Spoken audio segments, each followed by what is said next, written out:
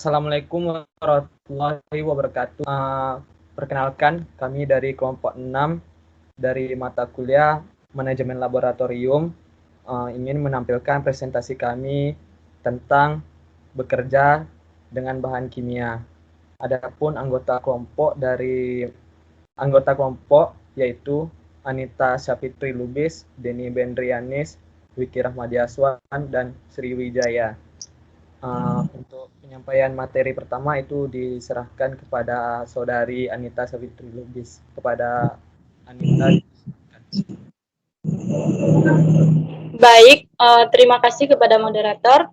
Di sini saya langsung saja menjelaskan tentang bekerja dengan bahan kimia. Eksperimen yang selamat dan memerlukan praktik kerja yang mengurangi risiko dan melindungi kesehatan. Pegawai laboratorium harus melakukan pekerjaan mereka dalam rendah risiko. Praktik kerja umum dalam bab ini menunjukkan bagaimana cara mencapai tujuan tersebut.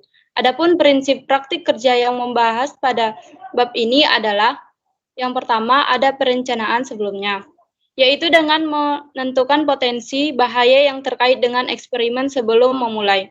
Yang kedua, membatasi paparan dengan bahan kimia, yaitu bahan kimia di laboratorium tidak boleh bersentuhan dengan tubuh. Adapun caranya dengan menggunakan tudung kimia laboratorium dan alat ventilasi lain untuk mencegah paparan yang menyebar melalui udara.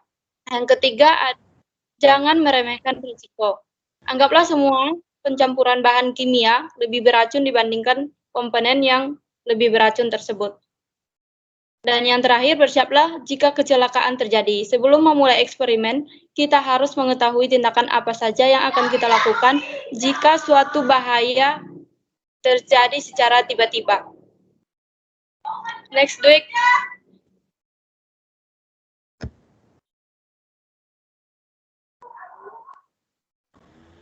Yang bagian A, perencanaan cermat. Sebelum melakukan eksperimen, kita harus merencanakan dengan cermat apa saja yang akan kita lakukan apabila bahaya datang secara tiba-tiba, yaitu dengan cara sebagai berikut. Yang pertama, mengajukan hipotesis sebelum memulai pekerjaan. Contohnya, apa yang akan terjadi jika terjadi sesuatu gitu. Yang kedua, apa yang akan terjadi jika kehilangan tekanan listrik ataupun tekanan air. Yang kedua, kita harus memahami rencana kesiapan keadaan darurat. Yang ketiga, menentukan bahaya fisik dan kesehatan yang terkait sebelum bekerja dengan bahan kimia. Yang keempat, menentukan potensi implikasi keselamatan dari sedikit perubahan pada operasi pelarut, pemasok konsentrasi reagen, dan lain-lain. Yang kelima, memperhatikan semua langkah proses minimalisasi dan pembuangan limbah menurut peraturan yang berlaku. Next week. B. Prosedur umum untuk bekerja dengan bahan kimia berbahaya. Perilaku pribadi. Seseorang bekerja di laboratorium mematuhi standar profesional, di mana yang dikatakan mematuhi standar profesional itu sebagai berikut. Tidak mengganggu ataupun mengejutkan pegawai lain di laboratorium. Seterusnya, jangan berbuat lelucon ataupun kegaduhan dan keributan. Seterusnya, menggunakan alat hanya untuk tujuan yang dimaksudkan saja. Selanjutnya, mengkaji prosedur keselamatan dasar dan mengembangkan kebijakan terkait anak di bawah umur yang ikut dalam laboratorium. Yang bagian B, mengurangi paparan ke bahan kimia. Metode yang dianjurkan untuk mengurangi paparan bahan kimia adalah sebagai berikut. Yang pertama, penggantian dengan bahan atau proses yang tidak begitu berbahaya. Seterusnya, kendali teknik, kendali administratif, dan peralatan pelindung diri. Next week. Untuk kendali teknik, merupakan suatu tindakan yang menghilangkan, memisahkan, atau mengurangi paparan ke bahaya kimia atau fisik melalui penggunaan berbagai perangkat. Kendali teknik harus menjadi pertahanan utama untuk melindungi pegawai dan properti. Di mana kalau PPE itu tidak boleh digunakan sebagai lini pelindung utama. Terus ada untuk menghindari cedera mata, pelindung mata wajib digunakan oleh semua pegawai dan pengunjung di laboratorium. Adapun jika memakai lensa kontak, hal tersebut tidak akan memberikan pelindung terhadap cedera mata yang bukan sebagai pengganti kacamata, keselamatan ataupun kacamata percikan bahan kimia. Menghindari mencerna bahan kimia berbahaya. Di laboratorium tidak diizinkan untuk makan dan minum, menyimpan makanan di tempat bahan kimia, menggunakan sumber air di laboratorium sebagai sumber air minum, terus menyimpan makanan di lemari es atau di peti es atau di oven laboratorium, pemipetan dengan mulut dan mengecap bahan kimia. Selanjutnya, menghindari penghirupan bahan kimia berbahaya. Apabila kita mau mengendus sebuah bahan kimia, hal itu dilakukan dengan kondisi tertentu dengan terkendali. Dalam kondisi terkendali, instruktur akan memerintah mengendus isi wadah. Nah, sebelum melakukan hal tersebut, kita harus memeriksa terlebih dahulu bahan kimia yang akan kita endus tersebut untuk memastikannya bahwa itu adalah aman. Next week. Untuk selanjutnya ada meminimalkan kontak kulit. Apabila kita mengalami menangani bahan kimia yang berbahaya, benda dengan tepi tajam, atau bahan yang sangat panas atau dingin, bahkan bahan kimia beracun dan zat toksitas yang tinggi, maka kita dianjurkan untuk mengenakan sarung tangan. Selanjutnya bagian C, yaitu perawatan. Aturan perawatan yang disarankan adalah sebagai berikut. Jangan menghalangi akses untuk jalan keluar laboratorium, ataupun menaruh benda-benda sesuatu di jalan keluar laboratorium. Terus, membersihkan daerah kerja secara teratur, memberi label dan dengan benar terhadap bahan kimia, mengembalikan bahan kimia ke tempatnya masing-masing apabila selesai digunakan, dan jangan menyimpan wadah bahan kimia di lantai. Yang bagian D, menangani zat yang mudah terbakar. Apabila pengoperasian laboratorium kita dianjurkan untuk selalu mempertimbangkan risiko kebakaran dengan cara mempelajari terlebih dahulu bahan-bahan apa saja yang mudah terbakar dan tindakan apa yang kita lakukan jika hal tersebut terjadi. Next week. Yang E, bekerja dengan reaksi yang diperbesar. Mengevaluasi bahaya reaksi yang skalanya diperbesar jika terdapat kondisi sebagai berikut. Yang pertama, reaktan dapat berpolimerasi sendiri. Terus, reaksi eksotermik, reaksi melibatkan pengadukan campuran reagen padat dan cair. Terus, reaksi memerlukan suatu kurang dari 0 derajat Celcius dan dapat menimbulkan bahaya jika dipanaskan sampai suhu ruang. Selanjutnya, terbentuknya produk samping yang mengandung gas. Dan yang terakhir adalah reaksi tertunda, artinya diperlukan periode induksi. Untuk bagian F, yaitu membiarkan eksperimen tidak dijaga dan bekerja sendiri. Bekerja sendirian merupakan hal yang tidak dianjurkan di laboratorium. Pegawai yang bekerja sendiri harus memerlukan pengaturan atau memeriksa satu sama lain secara berkala. Hindari peninggalan operasi jika memungkinkan. Namun ketika terjadi suatu hal yang mengharuskan kita untuk meninggalkannya, maka kita dianjurkan untuk memasang tanda yang menginformasikan sifat bahan tersebut berbahaya. Next week. Untuk bagian G, menanggulangi kecelakaan dan keadaan darurat.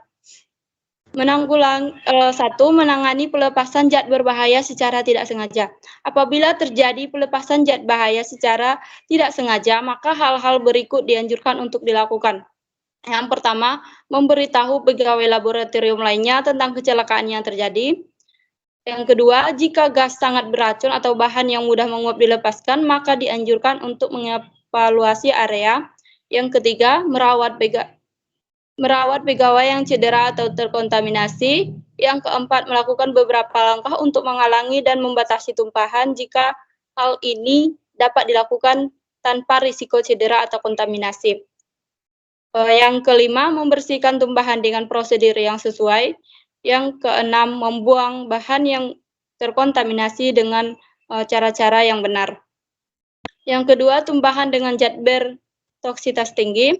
Perangkat tumpahan untuk zat beracun harus ditandai, disimpan, dan disegel untuk menghindari kontaminasi dan membuatnya mudah diakses dalam keadaan darurat. Next week.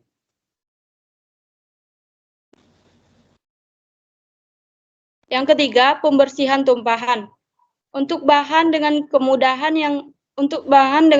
yang tidak mudah menguap ataupun memiliki toksitas rendah, maka cara pembersihannya dengan menggunakan PPE, kemudian netralkan bahan kimia dengan tepat, serta kumpulkan dengan sekop dan membuangnya ke tempat yang sudah ditentukan. Yang kedua, cairan yang mudah terbakar, serap, itu kita lakukan menyerap tumpahan dengan segera mungkin. Jika hal ini tidak dapat dilakukan, maka diberi segel untuk bahan kimia yang tumpah tersebut. Untuk zat yang sangat beracun, kita tidak dianjurkan untuk membersihkannya sendiri, melainkan melapor ke pihak laboratorium lainnya. H. Menangani tumpahan merkuri unsur. Penanganan dengan cara mengisolasi area tumpahan, mengumpulkan tetesan pada handuk basah, menggabungkan tetesan besar dengan scraper, terus menggunakan vakum cleaner merkuri, meletakkan merkuri limbah dalam botol polietilena, mengurangi kontaminasi dengan permukaan, serta menggunakan spektrometer untuk memastikan dekontaminasi. Next week. I. Menanggulangi kebakaran. Yang pertama, cara yang kita lakukan adalah pastikan semua pegawai mengetahui lokasi pemadam api di laboratorium. Jika terjadi kebakaran, segera diberitahu ke pihak labor. Yang ketiga, percobaan memadamkan api hanya diperbolehkan jika kita sudah terlatih untuk menggunakan alat tersebut. Untuk selanjutnya, memadamkan kebakaran kecil menggunakan pemadam khusus. Terus yang terakhir, jika kebakaran yang terjadi besar, maka evaluasi laboratorium dan mengaktifkan alarm. Next week. Oke, cukup sekian dari saya. Saya kembalikan ke moderator. Baik, terima kasih atas penyampaiannya, Anita. Untuk materi selanjutnya akan saya sampaikan sendiri. Zat beracun. Pengertian. Racun adalah substansi kimia yang dalam jumlah relatif kecil, tetapi bila masuk atau mengenai tubuh dengan dosis toksisnya, dapat menimbulkan efek yang cukup besar, yakni dapat menyebabkan sakit, bahkan dapat berakhir dengan kematian hanya dengan kekuatan daya kimianya saja. Adapun contoh dari zat beracun antara lain adalah akrolein, hidrogen cyanida, osmium tetraoksida, arsin, hidrogen fluorida, ozon, fosgen, klorin, metil fluorosulfonat, diazometana, nikel karbonil, natrium azida, diboran dalam wujud gas, nitrogen dioksida, dan natrium cyanida. Dan berikutnya, prosedur bekerja. Melakukan prosedur di fume hood, kotak sarung tangan, atau perangkat lainnya yang sesuai. Yang kedua, mempelajari toksikologi bahan kimia yang Anda gunakan. Selalu mempelajari SOP dan MSDS kapanpun diperlukan. Semua orang yang bekerja di area tersebut harus memahami bahaya eksperimen dan yang sesuai prosedur tanggap darurat.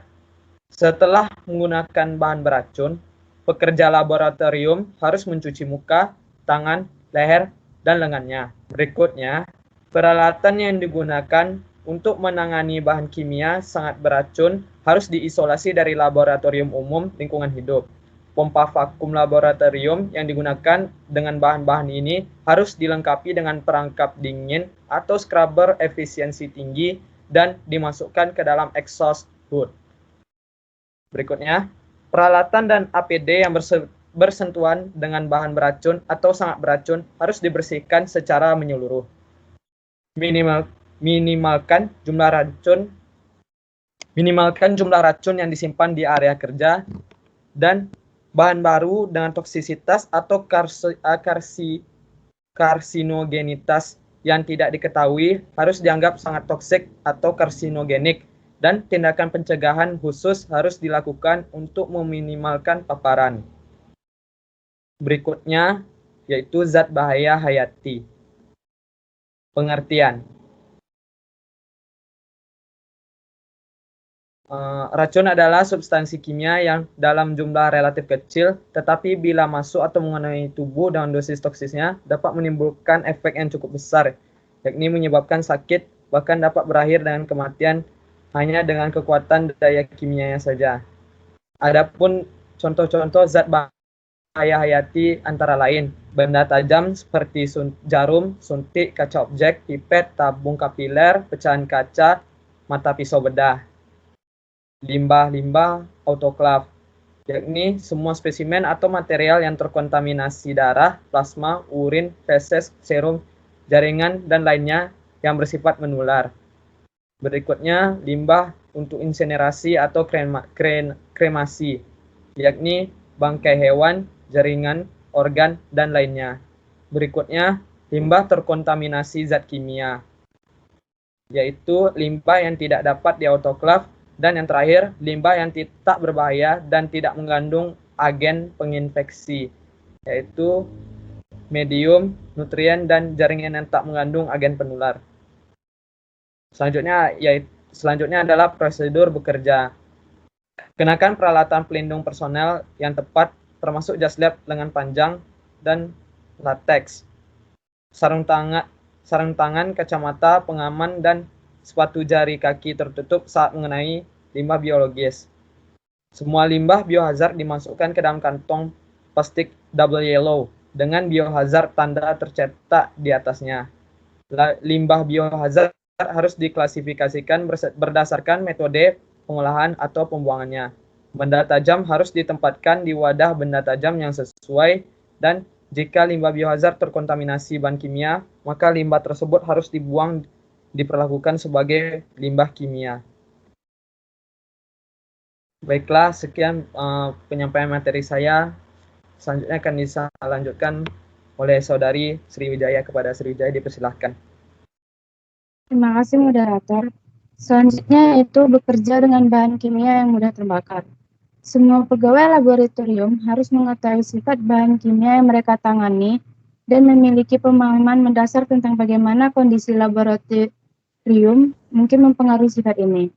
MSDS atau sumber informasi lainnya harus dijadikan acuan untuk informasi seperti tekanan uap, titik nyala, dan ambang ledak di udara. Cairan mudah terbakar atau flammable liquids didefinisikan sebagai cairan yang mempunyai titik nyala kurang dari 100 derajat Fahrenheit atau 30 derajat Celcius, dan tekanan uap tidak melampaui 40 psi pada 100 derajat Fahrenheit, yang berarti menunjukkan adanya potensi bahaya kebakaran dalam keadaan terbuka jika terdapat sumber api. Adapun peraturan dalam praktik umum untuk bekerja dengan bahan kimia mudah terbakar yaitu pertama, gunakan jumlah sekecil mungkin.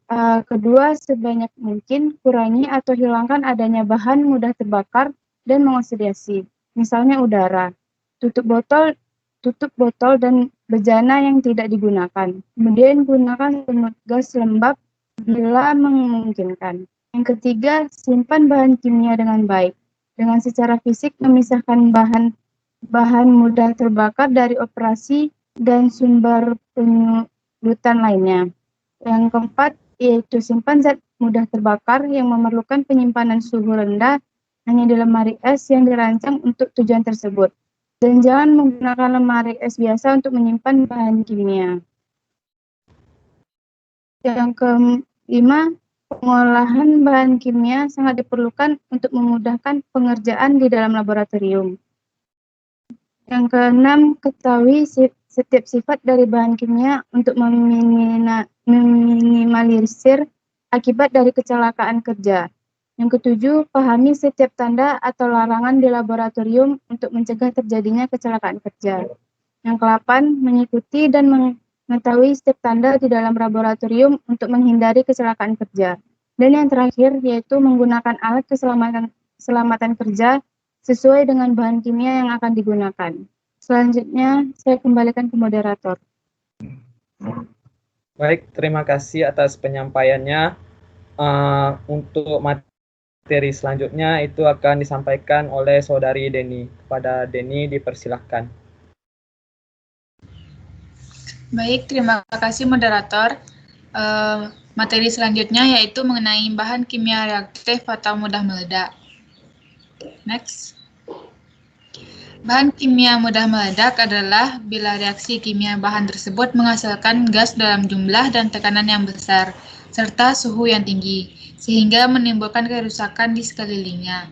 Bahan kimia eksplosif ada dibuat sengaja untuk tujuan peledakan atau bahan peledak seperti trinitrotoluena atau TNT, nitrogliserin, dan amonium nitrat atau NH4 dan O3. Bahan-bahan tersebut amat peka terhadap panas dan berpengaruh mekanis atau gesekan dan tumbukan. Cara penyimpanan bahan kimia mudah terbakar. Sebelumnya bahan kimia itu terbagi 3. Yang pertama zat poliforik, itu bagian logam bubuk, halus, baron, dan fosfor. Selanjutnya itu cairan atau pelarut organik. Yang ketiga bermacam-macam gas. Syarat-syarat penyimpanannya yaitu jauhkan dari panas atau bahan oksidator. Yang kedua, simpan di tempat yang dingin dan berventilasi baik. Yang ketiga, jauhkan dari sumber api. 4. Gunakan grounding area yang baik. Yang kelima, sediakan apar di lokasi penyimpanan. Keenam, pasang rambu bahan berbahaya mudah terbakar. 7. Lakukan inspeksi secara teratur untuk tutup dan kemasan bahan yang disimpan. Yang ke-8, pastikan label dalam keadaan terbaca. Next. Selain itu, ada jenis lain yang bersifat eksplosif, yaitu debu dan campuran eksplosif. Debu-debu seperti debu karbon dalam industri batu bara, zat warna diazo dalam pabrik zat warna, dan magnesium dalam pabrik baja adalah debu-debu yang sering menimbulkan ledakan. Eksplosif dapat pula terjadi akibat pencampuran beberapa bahan, terutama bahan oksidator dan reduktor dalam suatu reaktor maupun dalam penyimpanan. Di bawah ini merupakan contoh bahan yang dapat bersifat eksplosif no-oksidator reduktornya. Yang pertama itu KCI 3 NaNO3 karbon dan belerang. Yang kedua asam nitrat etanol. Yang ketiga kalium permanganat gliserol. Yang keempat krom trioksida hidrazin.